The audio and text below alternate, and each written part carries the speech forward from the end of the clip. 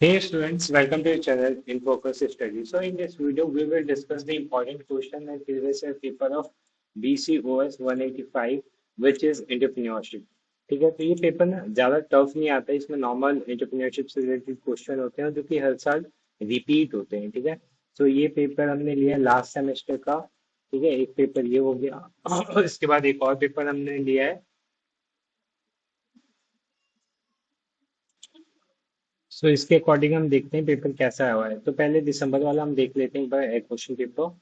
सो दिसंबर में जो 100 मार्क्स का पेपर था आपका, और इसके लिए 3 आवर्स मिलते हैं। कोई भी 5 क्वेश्चन अटेम्प्ट करने होते हैं। क्वेश्चन कितने होते हैं ये देख लो आप एक बार।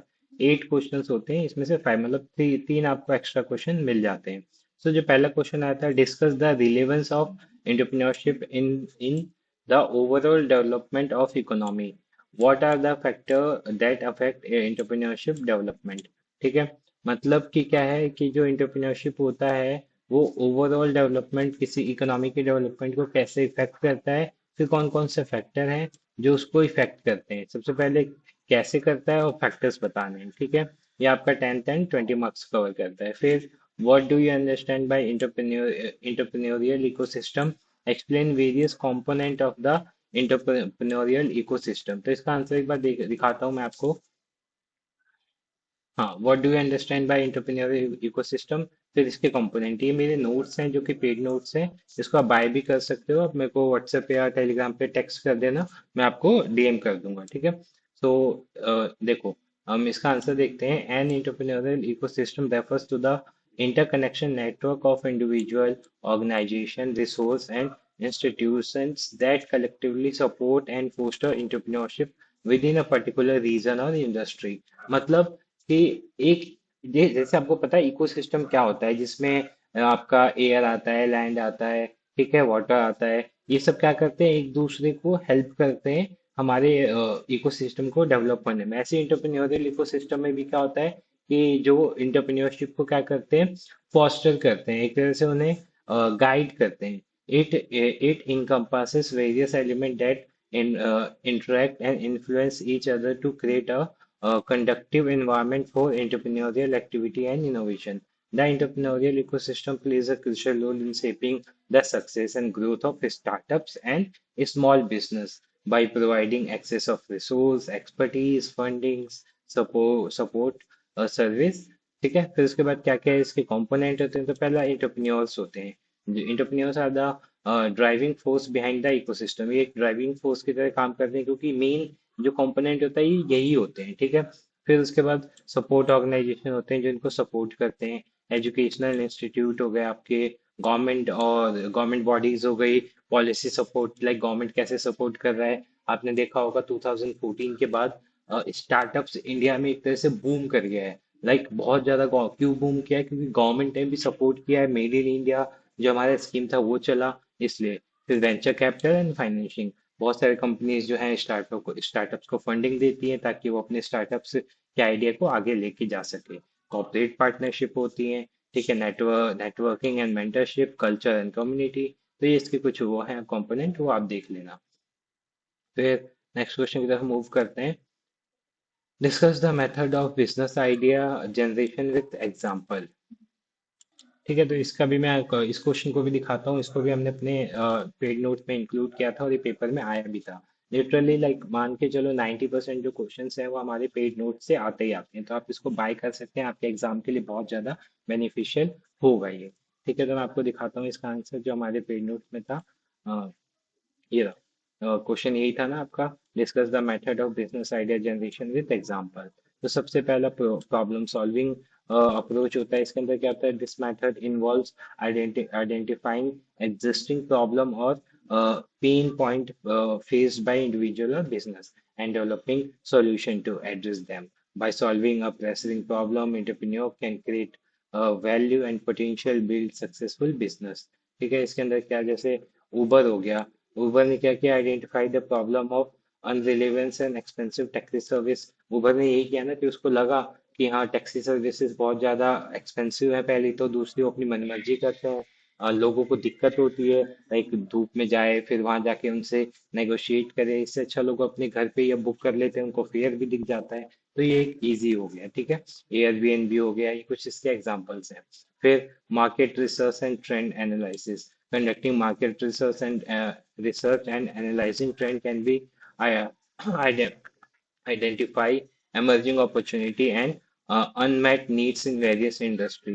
ठीक है, मार्केट रिसर्च एक बहुत इंपॉर्टेंट रोल आइडिया करता है बिजनेस जनरेशन में, क्योंकि जब तक आप मार्केट में घुसोगे ही नहीं, आपको पता कैसे चलेगा कि लोगों को चाहिए क्या, लोगों की नीड क्या है। ठीक है, इसका एग्जांपल भी जैसे बियॉन्ड मीट हो गया, ठीक है, पेलोटन हो गया, ये वैसे जनरली ये बाहर की कंपनी है, बट इंडिया में भी आप देख सकते हो बहुत सारे स्टार्टअप ऐसे हैं, लाइक ओयो आया, ओयो का एग्जांपल लेके मानते हैं। जब ओयो आया इंडिया में तो लोगों ने उसका मजाक बनाया कि ये क्या है, लोग तो यूज नहीं करेंगे, बट ये एक सक्सेसफुल बिजनेस बना।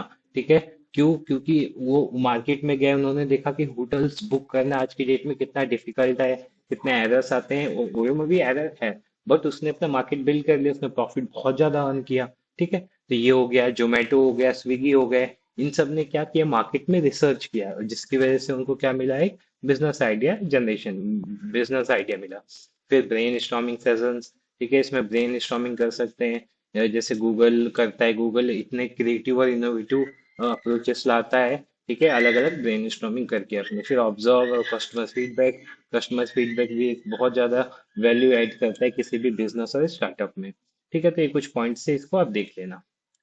नेक्स्ट है, explain the critical component of the financial analysis of the business proposal.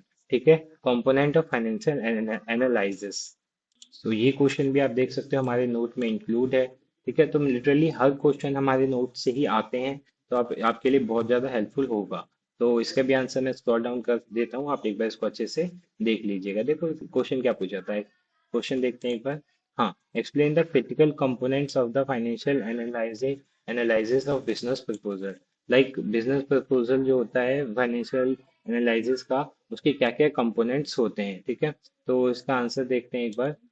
पहला रिवेन्यू प्रोजेक्शन, ठीक है, the revenue projection estimate the expected sales और income generated by business over a specific period, typically several year. These projections are based on market research, sales forecast, pricing strategies, assumption about customer demand and market trend।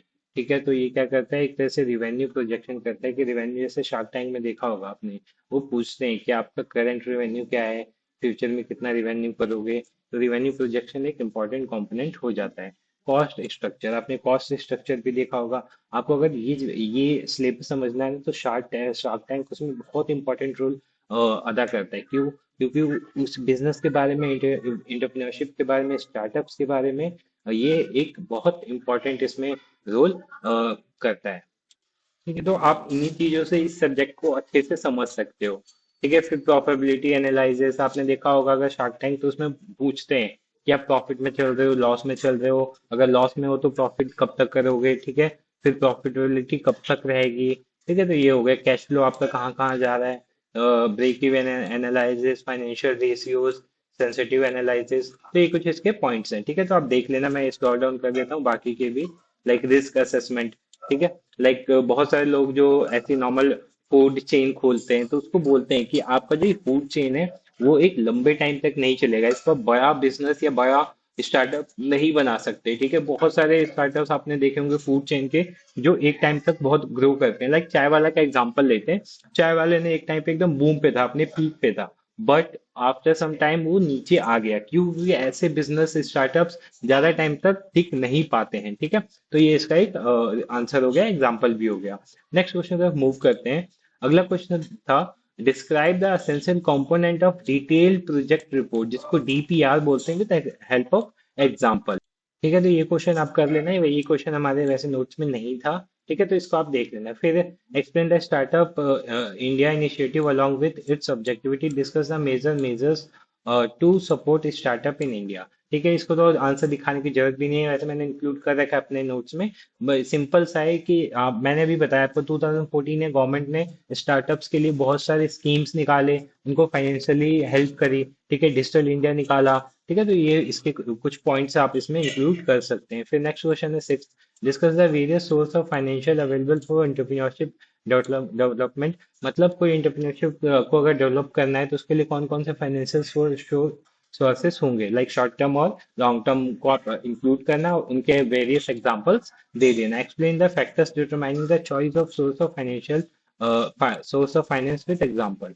Next है MSME. ठीक है, ये question तो like हर बार repeat ही होता है। MSME मतलब medium है small करके